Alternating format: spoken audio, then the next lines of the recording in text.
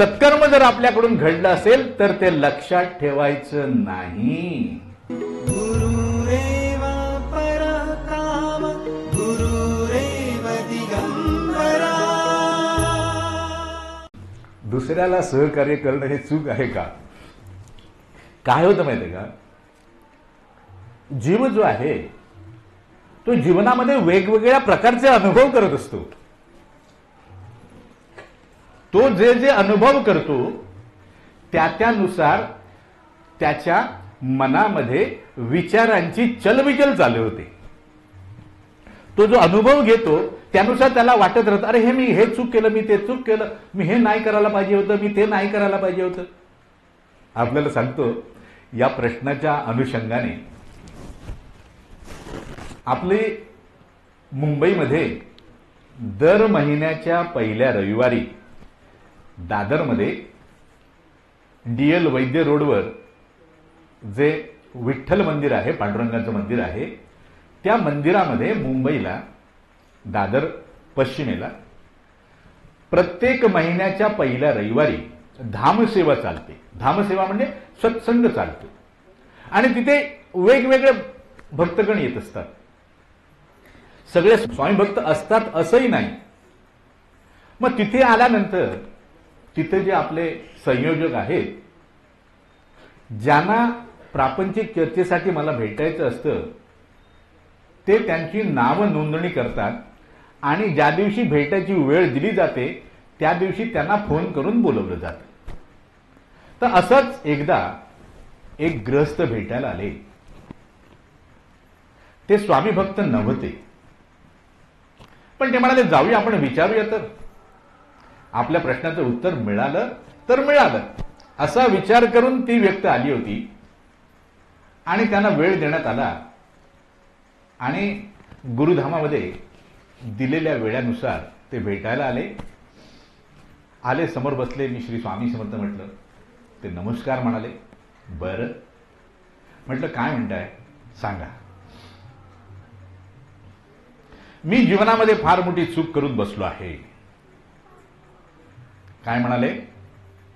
मी जीवनामध्ये फार मोठी चूक करून बसलो आहे. तर मी त्यांना म्हटलं, साहेब, हो प्रत्येक जण चूकच करत असतो, पण त्याला कळत नाही की तो चूक करतोय. कारण प्रत्येक जण जो आहे तो अविद्येने बाधित आहे. त्याला सत्याचं दर्शन घडतच नाही. तो असत्याला सत्य समजून क्रमण करत राहतो आणि त्यामुळे त्याच्याकडून चुका घडत राहतात. आपण कोणती चूक केली आहे? नाही ना, माझ्याकडून फार मोठी चूक घडली आहे, आता मी काय करू? म्हणजे चूक काय घडली आहे ते तर सांगा. तर ते म्हणाले, माझ्या गावचा माझा एक लांबचा नातेवाईक मुंबईमध्ये आला, तर त्याला राहण्याची व्यवस्था नव्हती, जेवणाची व्यवस्था नव्हती.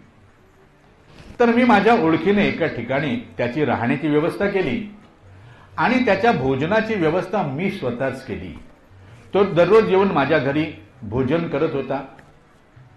त्याला नोकरी नव्हती म्हणून मी त्याला माझ्या ओळखीनं नोकरीला पण लावलं. बरं, मग आता चूक काय आहे? हीच माझी चूक झाली आहे. काय म्हणत ते? हीच माझी. म्हटलं असं काय वाटते आपल्याला? कारण आता तो जो जीव आहे माझा नातेवाईक, आता तो माझ्याकडे पाहायला सुद्धा तयार नाही. मग ही माझी चूक आहे की नाही मला सांगा. मी त्याच्याकडे पाहून एक स्मितहास्य केलं आणि म्हटलं, दादा, आपण एका असहाय्य जीवाला सहाय्य केलं आहे. ज्याला मुंबईमध्ये राहण्याची व्यवस्था नव्हती त्याची राहण्याची व्यवस्था आपण केली. जेवणाची व्यवस्था नव्हती, आपण आपल्या घरी त्याला जेवण दिलं. त्याला नोकरी नव्हती, आपण आपल्या ओळखीने त्याला नोकरीही लावली. हे आपल्याकडून अतिउत्तम असं सत्कर्म घडलेलं आहे. एका जीवाला आपण क्रमित करण्यामध्ये कारणीभूत झालात, त्यामुळे आपण निश्चितपणे पुण्यप्राप्तीचे अधिकारी झाला आहात. ओ नाही, ही माझी सगळ्यात चूक आहे. नाही, ही आपली चूक नाही, पण तरी सुद्धा एक चूक आपल्याकडून घडली आहे. मग हीच चूक आहे. म्हटलं नाही, हेच सत्कर्म आपल्याकडून घडलंय. मग ते म्हणतात, मग माझ्याकडून चूक काय घडली आहे? ते म्हणजे सांगतो. आपण सत्कर्म केलं आणि ते लक्षात ठेवलं, ही आपली चूक आहे. स्वामी भक्त हो, अत्यंत महत्वाची गोष्ट आहे. मी काय सांगतोय, स्वामींच्या कृपेने ते लक्षात ठेवा. आणि सत्कर्म जर आपल्याकडून घडलं असेल तर ते लक्षात ठेवायचं नाही.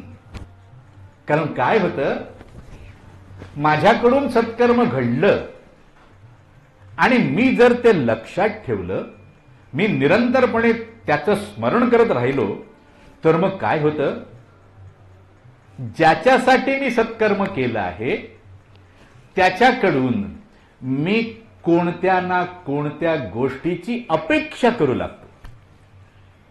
अरे मी ह्याच्यासाठी एवढं केलं, मग ह्याने आता माझ्यासाठी एवढं तरी करायला हवं. आणि जिथे अपेक्षा आली तिथे अपेक्षा भंगाचं दुःख येतं. म्हणून काय करायचं, दुसऱ्यासाठी चांगलं करण्याचा प्रयत्न करावा, प्रामाणिक. आणि घडल्यानंतर ते विसरून जायचं. आपल्याला ती एक म्हण ठाऊक आहे का हिंदी मधली, नेकी कर और दरिया में डाल. नेकी कर और दरिया में डाल. लोक त्याचा चुकीचा अर्थ घेतात. त्याचा खरा अर्थ काय आहे की तू सत्कर्म कर आणि त्याचं समुद्रामध्ये जाऊन विसर्जन कर. आता विसर्जन का करायचं? आपण ज्या गोष्टीचं समुद्रामध्ये विसर्जन करतो त्यानंतर आपण त्याचं स्मरण करत राहत नाही. त्या गोष्टीकडून आपण कोणतीच अपेक्षा करत नाही. आणि म्हणून आपण एखाद्या जीवासाठी जर आपल्याकडून चांगली गोष्ट घडली असेल तर ती आपण लक्षात ठेवायची नाही. स्वतःला त्याचं स्मरण करून द्यायचं नाही. स्मरण करत राहिला तर अपेक्षाही करणार आणि अपेक्षा केल्या तर अपेक्षा भंगाचं दुःखही आपल्या पदरात पडणार. म्हणून दुसऱ्यासाठी चांगलं करणं ही चूक नाही, मात्र चांगलं केलेलं लक्षात ठेवणं ही फार मोठी चूक आहे आणि ती स्वामी भक्तांनी करायची नाही. श्री स्वामी समर्थ.